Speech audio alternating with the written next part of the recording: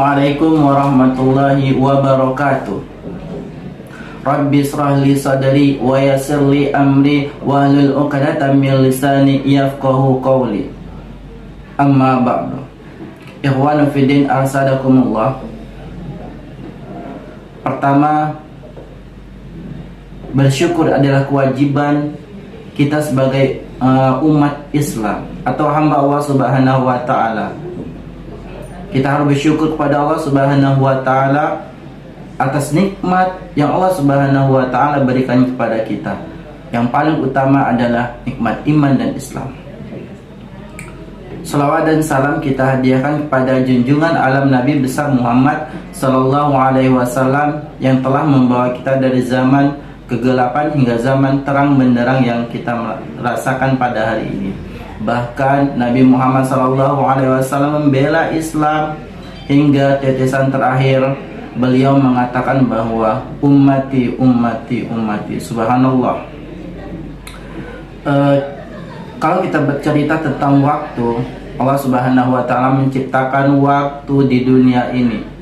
Ya, bagaimana cara kita menggunakan waktu dengan baik. Sebagaimana pepatah Arab mengatakan bahwa al-waktu kasyaf in lam taqta'hu qata'aka. Jadi waktu itu bagaikan pedang. Jika kita tidak bisa menggunakan waktu dengan baik, maka waktu tersebut yang akan menggorok leher kita. Jadi di situ waktu ini perlu sekali kita pahami ya. Jadi Allah Subhanahu wa taala juga menciptakan waktu untuk Allah Subhanahu wa taala menciptakan waktu kepada kita. Sehingga di sini saya akan menerangkan tentang waktu mustajab untuk berdoa. Kapan Allah Subhanahu wa taala menciptakan waktu mustajab untuk berdoa? Yang pertama, sepertiga malam, ya. Jadi Allah Subhanahu wa taala menciptakan waktu mustajab untuk berdoa. Salah satunya adalah sepertiga malam. Sepertiga malam itu sekitar jam 3 malam. Yang kedua, Allah Subhanahu wa taala menciptakan waktu yang mustajab adalah setelah selesai sholat 5 waktu.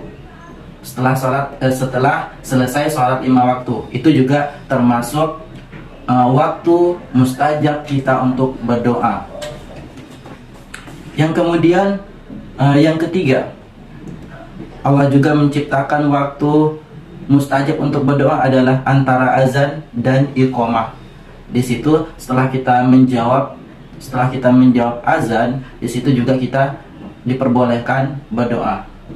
Ya, pada waktu itu juga Allah Subhanahu wa taala memberikan waktu mustajab untuk berdoa kepada Allah Subhanahu wa taala. Yang keempat, saat sujud dalam sholat. Biasanya kita melihat di lingkungan kita ada imam yang ketika sholat sujud terakhir, sujud keempat itu dilamakan, ya di situ beliau berdoa kepada Allah Subhanahu wa taala, karena ini adalah salah satu mustajab untuk berdoa. Lanjut, yang kelima itu di hari Jumat. Ada para ulama mengatakan bahwa dari mulainya khutbah hingga selesainya sholat Jumat. Ada juga sebagian mengatakan bahwa dari selesai Jumat sampai terbenamnya matahari. Ada juga yang mengatakan bahwa dari sholat asar sampai terbenamnya matahari. Jadi ada 3 perbedaan ya.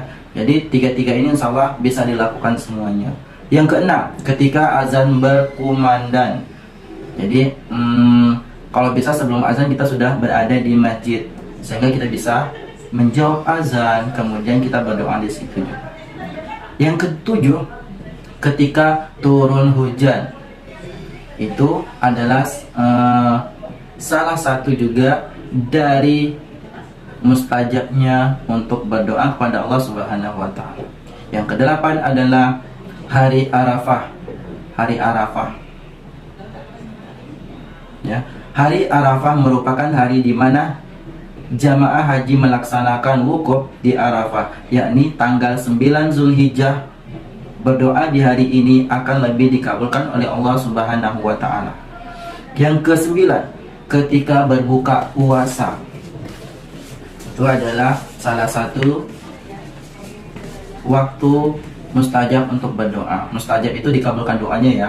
Lanjut yang ke-10, ketika minum air zam-zam.